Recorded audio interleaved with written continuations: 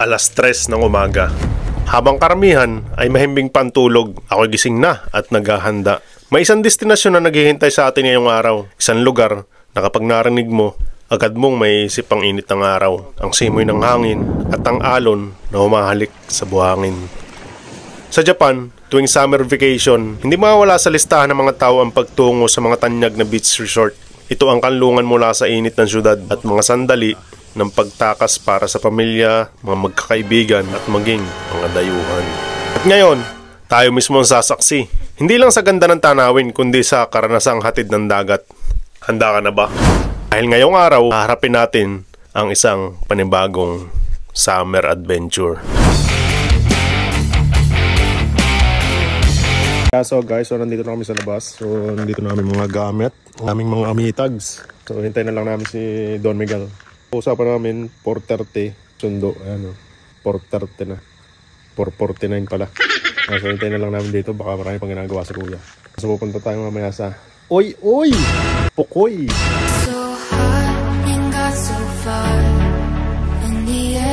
So ngayon ipapasyal ko kayo din sa Gomi Bako dito sa amin, dito sa may basurahan. Ayan. Yan yung basurahan dito, mga nakasegregate lahat. Nice. Baka tayo makakakuha pa din eh. Oh, mine, helmet. MacGyver. Oh, yung mga basura dito. Dahil bag. Oh. Mine lang yan. So, hindi natin kasama si Boss Elmer ngayon. Nakabakasyon sa Pilipinas. So, si Boss Marlon yung kasama natin ngayon. So guys, kasalukuyan pa rin tayo nag-iintay. So, alas 5 aming call time. 3 minutes na lang. Alas 5 na. Yeah, so, ang aming tagpuan ay doon sa may Family Mart. Doon sa may Kumakay. So, hintay na lang namin. Tapos, sisibat na rin kami. Ilang oras biyahe natin, boss? 3 to 4 hours? 3. Yan, mga tagal din pala, no? 3 na. 3 oras kalahati na natin biyahe. Siguro mga na 8, alas 9 nandun na tayo. Init na pagdating. Kasama natin si Boss Marlon. Hindi niya si Yasumi. Ano kwento ng Marlon no Yasumi mo? Parang no Yasumi ko yan. Oh. Pinulat ng anak ko sa papel nung tinanong siya ng mama niya. Ano daw pangalan ko? Ano pangalan ng ama? Oo. Maruno Yasumi nilagay. Yasumi sinulat. Kaya nalitan ko na lang ulit. So guys, yung dati kasi pangalan ng account ni Boss Marlon, Maruno Yasumi. Nakikita siguro kanyang anak. Kala yun ang pangalan ng kanyang ama. Sinulat sa papel. Kaya tumawag na si Bossing. Bossing! Nagawa. Sige kaya. Masarap kagising. Nakakatulog. Kagising lang ni Don Megs. Baka yung sasabihin ng mga kasama natin mamaya. Don Megs, ganda ka na explanation mo mamaya pagdating doon. Tatanungin ka ng mga kasama natin. Diyan na si Bossing. Bossing, haya. Okay na tayo. Boss, haya. Alak pa. Kaya pa kasi ng ice cream na kaya napabili ako ng alak eh. Yeah. Isip eh, ha? Si Jello yata pinakauna eh. Nandun na si Jello? Si Jello, pre, hindi mo mala kami. Wala na rin tao eh. So guys, dito na kami sa tagpuan. Yan natin mga kasama sa labas.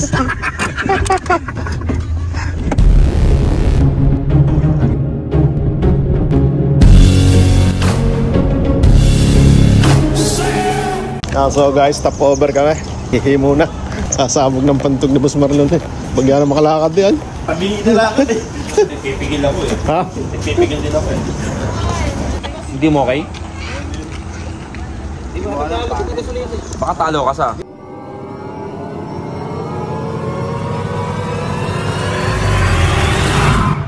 Yeah, so guys, nag-stop over ulit kami dito sa Lawson. So medyo malapit na kami. Natatanaw ko na yung dagat oh.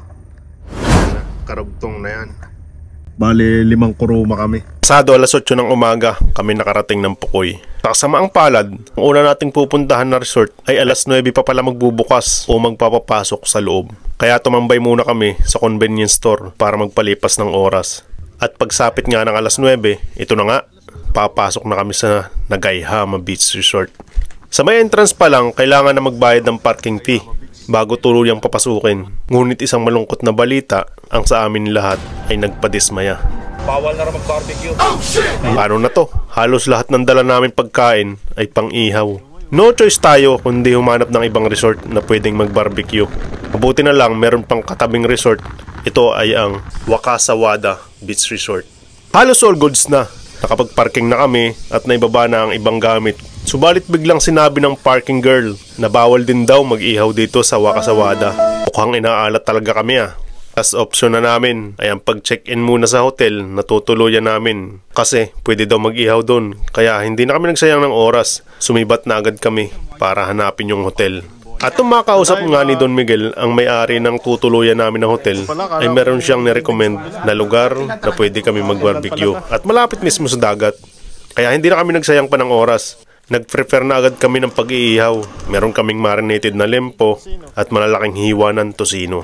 Meron din kaming isda pero pang last batch na yun. Siyempre, bago ang ihawan, hindi mawala ang kampayan. Kailangan to gumagapang hindi ka ganito. Sunog na.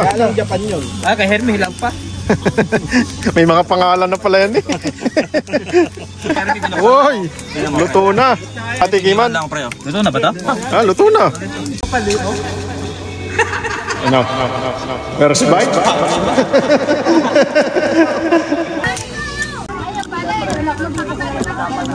Sarap ng sauce Pwede. Si Taiga natutulog. Natutulog? Pagod na agad si Taiga. May kwek-kwek naman dito sa kabila. Pinasi street food mo na lang. Street foods. Habang abala ang bawat isa, ako naman may gustong ipakita sa inyo. Ang ganda ng view dito sa spot na napuntahan namin, guys. Tara, samahan nyo ako.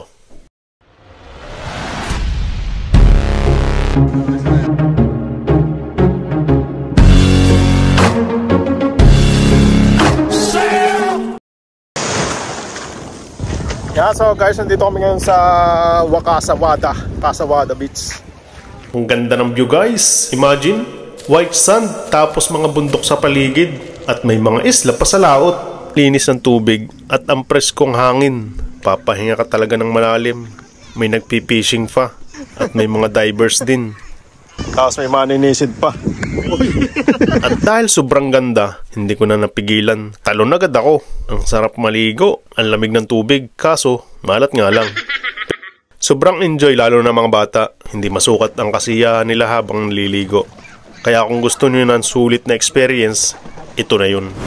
Habang naliligo nga kami, guys, may mga nadiskubre pa kami dito. May mga taong pala sa ilalim. Si Boss Marlon sinisid pa talaga. Nakukuha raw to sa mga bato na nakatambak dito. Medyo maliliit pa nga lang, pero ang saya lang manguha. Hindi naman dami ang habol experience lang talaga. Ang sarap sa feeling na may nadiskubre ka pa habang nag-e-enjoy sa dagat. Pagkatapos naming maligo, ito na nga, nakaramdam na kami ng gutom. Kaya balik muna kami sa tent para kumain. Sarap? Yeah, Boss Rans, may na kami. Testimony na kami ng biko mo. Sarap daw. Sarap? Beta sa 2,000, beta namin 4,000. Yeah, no. Udar na kayo. Free shipping sa Gako din, Eki. Kami nga pumikap kasi 2,000, beta namin 4,000. Doble Boss Rans, so nakita mo, yung biko mo, minarket na namin. Siyempre, hindi mawawala ang mga masasarap na pagkain dito, lalo na ang mga inihaw. Kasama pang iba't ibang lutong Pinoy na bihira na lang natin matikman dito sa abroad. May adobo sa toyo, adobo sa asin, fork binagoongan, ensalada at syempre buttered shrimp. Grabe, nakakabusog at nakakahumsik sa sarap. Pagkatapos namin kumain, halika naman at pakinggan natin ang tutorial ni Don Miguel. Isa to sa mga paboritong libangan ng kabataan noon, ang magpalipad ng saranggola. Simple lang pero puno ng alaala at saya. Boss, anong brand yan? Ito yung DJI ano yan? Ito yung tinatawag na DJI 90. Natupalipan ng saranggola. Pinagkaiba nga lang, yung tutorial ngayon, ginagawa natin sa Japan. Manual drone ng araw ko. 1, 2, 3. Hey! Oh, walang hangin. May hangin yan. Oh, bangat na. Ngayon, pag ganyan, pakakawala mo yan. 2, 3. Hihilahin mo ng konti. Para umangat ulit. Hihilahin mo ng konti. Para umangat. O ngayon, pakakawala mo siya. 1, 2, 3. Hila uli. Ulit-ulitin mo lang yan. 1, 2, 3. Hila uli. Yan. 2. Isipin mo nung hinuli mo yung asawa mo, pinisip mo. 1, 2, 3. Ganito lang. 1, 2, 3. pinakawala mo yung ano, yung paeng. Hilahin mo yun. Yan. Hindi mo siya pwede biglayin eh. Pamasaktan. Ibigay mo lahat, Yan. huwag lang sagad. Akala nila babagsak, di ba? Luluwagan ko lang yung tali, oh. Ayan, oh. Bibitawan ko, oh. Diba? Pero hatayin mo lang ulit. Oh, matayog na. Oh. Isipin yung pangarap mo gano'ng katayog. Kung mawawala ng pag-asa, saranggola ka, lumilipad eh. Saranggola ka, umaangat eh, no? Araw, lilipat yan. Yan. Oh, ngayon, pag sawa na kayo sa lesson nyo, bitawan mong ganyan, no? Ayan, mataas na.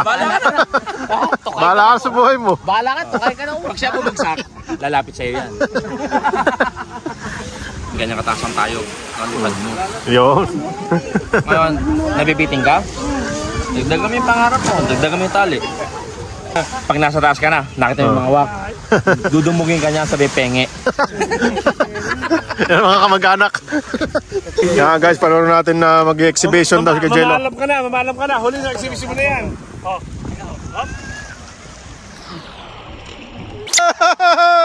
Kaya pa. Magaan pa. Danaan pa. Nakaw! Oh! Pagkatapos ng mahabang araw ng paglalakbay, narito na kami. Sa wakas, nakarating na kami sa tutuluyan naming apartment kung saan kami magpapalipas ng gabi. Ramdam ang pagod na maghapon, ang init ng araw, ang saya at pagkadismaya. Sa lahat ng iyon ay parang biglang bumigat sa katawan. Tadayma! Sa unang tingin sa apartment aminin ko, medyo creepy. May kalumaan ang itsura ng bahay. Tila ba may mga kwento na itong naitatago sa paglipas ng panahon. Ngunit pagpasok sa loob, ibang mukha ang sasalubong sa'yo. Malinis, maayos at organisado ang lahat. Kumpleto ang mga gamit, may mga sapat na panlatag at unan. At bawat kwarto ay may sariling aircon. Simple man pero sapat para makapagpahinga mula sa mahabang biyahe. Bubayan natin ang aircon. Bayad na yan eh. Hey! Ito yung aming potong. May unang pa ng sanggol. Late ng unan. Tuloy po kaya. Hindi nga po malaman kung alin ang ilaw dyan. Dilim naman. Thank you. Okay, box eh. Tinikilabutan ako eh. Hindi po yung ilaw dyan. Tinawag mo. Dilim. Ganun natin mo. Ay, hindi, maliwanag. Oo, yung isang buksan mo. Ito, sunod. Ayoko. Hindi, ano lang yan, may ilaw. Binuksan ko kanina. Hindi totoo yan. Binuksan ko kanina. Oo. Oo, gusto mo. Yan, silipin. Yan o, bukas ang ilaw. Dilim. Kinakabahan ako. No, popo. Parang huling hantungan na rin. Ang lababo. Ang daming gripo. So lalabas muna kami at baka may gagawin pa din sa labas. Oporo rin boss. Ha? Ito oporo. Tutor kita, sige buksan mo. Paliga? Oo. Oporo yan. Hindi, pag ngayon. Oo, oporo yan. Oo. Hindi tayo maligi dito. Oo, mamaya, magmamabad tayo, tabi tayo. So, bimbangan na natin tayong dalawa. May shower pa dito sa labas. Oh, yun o, shower. Tapos dito boss, mura lang dyan, ang toilet. May toilet dyan o. Yan, ito o. Yan, sige pasok po kayo sir. Sir, bali dalawa yung ano dyan, dalawang pinto. Yung isang nasa kaliwa, nasa kanan pala. Manlalamon tong... Ha? Manlalamon Ay, tong... puta yan. Ang lalim niya mo rin mo. Dito na mo, style. Paano ka tatae? Di yan. Oh, buksay. Tapos may laman ano? Good. Oh, wala boss. Toilet bowl check. Uy! Uy!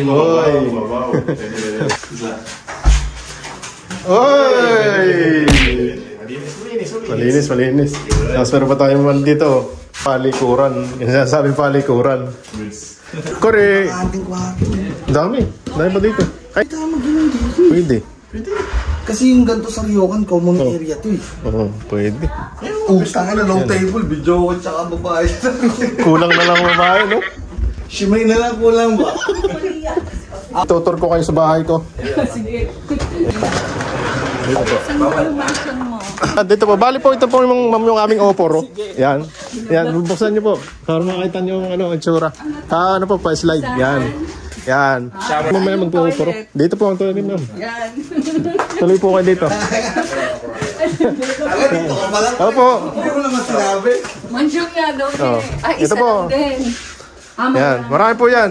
May tatlo po kaming may tatlo po kaming kwarto dito. Yan o. Yan. Ano pa po dyan? Tatlo. Mas mura. Mas mura. Mas mura sa gitna. Oh, sige. Ito naman bowl. Ay, ano? Ito naman bowl dito. Ay, ayoko dito. Ang hirap. Pinatagos dito yung Japanese style. Yan dalawang kwarto ma'am na yan. Parehas lang. Dalawang Japanese. Ito luxury room to. Oo, magpupunahan dito sa Ito po, deluxe. Sa, dito yung premium. Opo. Premium yan. Bakit ganun pinatong lang? Di ba lang sinanggal? Tama po. Okay na po ang ano ha. Sige po. Si Hermie nakakausap ka na walang yabangan eh. Kasi kasi yan, pre, dapat yabangan. Ganyan nilo. Oo. Hindi niya na-gets, no? Pag si ibang tao kausap ko, okay lang naman. Pag si religion na, dakwa. Saan natin pagkain natin? Dito. Tala naman tayo. Wala nag-asikaso kanina eh. Hindi mga iniyaw. Ito, may laman to. Ayan yung mga yung mga gamit na mga terang Kung ano. tep. Yung batang lang yung ba nakabasag sa akin pa? Yabangan ba? Yabangan, no?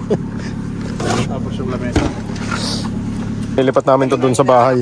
Doon sa aming tutuluyan. Ayun lang yun. Kanin. Magpapatalo sa'yo. Mamaya tayo. Ayun ang gusto ko. Ha? Ayun ang gusto ko. Teka lang ha. Taka, ang laki ng kotse. Ito lang binaba. Dalawa pa. Kotse? Ito lang binaba. Pre, ang lit ang kotse ko. Kaya ka binubuli ang mga tao. Ang ina mo. Yung pala, talo na ako eh. Takot ka pala eh. Kumaingay, isa ka pa eh. Mag-asawa talaga kayo. Dito lang te. Nakita mo yung triangle na may puti? Ayan na yun? Dito. Ah, sa kabila? Dito. Itong brown na block. Ah, ito. Alis daw kayo? Oo. Sabi na. Genki. Sana ako, Genki. Hindi, yung papabili.